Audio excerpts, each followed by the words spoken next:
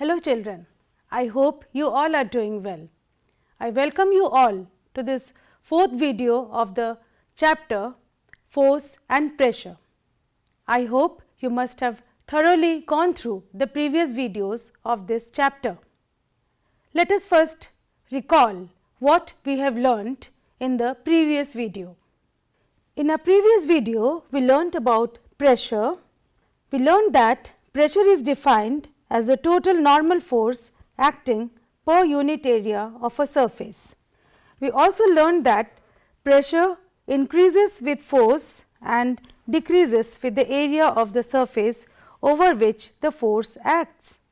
We learned that pressure is directly proportional to the magnitude of the normal force and inversely proportional to the surface area over which the force acts. We learned that pressure has only magnitude and it does not have the direction, and we learned that the commonly used unit of pressure is Newton per meter square, which we also called as Pascal. Well, today we shall learn about the pressure exerted by liquids. The question is, do the liquids also exert pressure? Let us find out by doing some activities whether liquids exert pressure or not. If they exert pressure, how do they exert and in what directions? We all can understand that liquid exerts a force on the bottom of a container in which it is kept. It also exerts some force on the sides of the container. This force will always be perpendicular to the surface of the container. Let us look at this diagram. As you know that pressure exerted by a liquid on a surface is given by the ratio between the total normal force acting on the surface and the area over which the force is acting. Now, let us consider an object suspended inside a liquid as shown in this picture. Let us explore in what directions force is acting on this object. There are four faces that are in contact with the liquid: the top surface, the bottom surface and the two lateral surfaces. The liquid exerts a force on each of these surfaces and the force will be at right angles to the surface. Therefore, liquids exert pressure on all the surfaces that are in contact with it. Let us explore this through some activities. In this activity, I have taken three long tubes which are of equal length. To the bottom of the tubes, which are open ended, I have attached three balloons. Now, I will pour some liquid, let us say water, through these tubes so that they fall into the balloon. Let us see what happens. On observing, we find that the tube through which we have poured less water has been able to inflate the balloon less. So, the tube through which more water has been put, the balloon has expanded more. Why did this happen? This activity shows that liquids exert pressure on the bottom of the containing vessel. Now, the question is, do the liquids exert pressure only at the bottom or do they exert pressure on the sides of the vessel too? If the previous activity which we did is done with the holes which is there on the side of the tube and a balloon attached to it, what will be our observation? Will the balloon expand due to water? So, I have taken another container with a small side tube near the bottom. I have tied a small balloon to the side of the tube. Now I pour water into this container. Let us watch what happens to the size of the balloon. So the balloon swells as we put more and more water in the container. Similar effect can be seen even if we try different liquids. You all must have seen water gushing out through broken pipes or the pipes where there is a small hole, or when the gates of the dam are pulled up. The water really comes out with a great pressure. Also, you must have seen in the farmers using sprinklers for cultivation.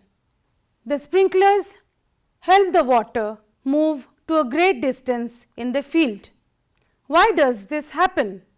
The sprinkling of water is due to the pressure which is exerted by water on the walls of the pipe. So, from all these activities, we can tell that liquids also exert pressure on the sides of the containers in which they are. Now, let me do another activity for you. I have a container. In the container, I have drilled some holes which are at different heights from the base of the container. Now, I fill the container with water. What do you observe? Do the streams of water coming out of the holes fall at the same distance from the bottle? Through which of the holes the stream is moving the smallest distance? Through which hole the stream of the water is moving the longest distance? Of course, horizontally. And what does it indicate? This activity shows that the pressure which is acting on this liquid at different depths is different. It is more at the bottom and it is less as we move away from the bottom. That is why we see the liquid which is coming out from the bottom is moving or is falling at a greater distance horizontally. So, we can conclude that pressure exerted by liquids increases with depth. Have you ever visited a dam? If yes, then it is good. You must have observed how a dam is constructed. If you have not visited a dam, here is a picture for you. Look at the picture carefully. You will find that the construction of the dam is in such a way that the bottom of the dam is broader than the top. Can you think why is it done so? By now, you must be able to explain that why dams are given such structures. So, let us try to explain. What happens here is that the pressure exerted by water is higher at the bottom than at the top. That is why it is important to build the dam stronger at the bottom. Now, let us consider another question. We have discussed how pressure varies with depth, but what about pressure exerted by a liquid at the same level? This also we shall try to understand with a small activity. Here is an empty plastic bottle. I have made 4 holes of same size all around near the bottom of the bottle. All the holes are at the same height. Now, let us fill this bottle with water while keeping the bottle on a plate. When we fill water in this bottle, the streams of water will come out through the 4 holes. If we carefully observe and compare the strengths of the stream which are coming out of the 4 holes, we will see that all of the streams move the same distance. What does this show? This shows that the pressure exerted by liquid at a given depth is equal in all directions. Now, let us summarize all the points which we have learnt in this video. We learned that liquid exerts force and hence pressure on all surfaces in contact with it. Liquids exert pressure on the bottom of the containing vessel. We learned that liquids exert pressure on the side walls of the container. We also learned the pressure exerted by liquids increase with the depth of the liquid, and we also learned that pressure exerted by liquid at a given depth is equal in all directions. So, we learnt about the pressure exerted by liquids. Then a question naturally follows, do gases also exert pressure? Well, this question will be taken up in our next video. Till then, you all go through this chapter very thoroughly and try to explore more things about pressure. Until then, I wish you all a very good health and keep learning. Thank you.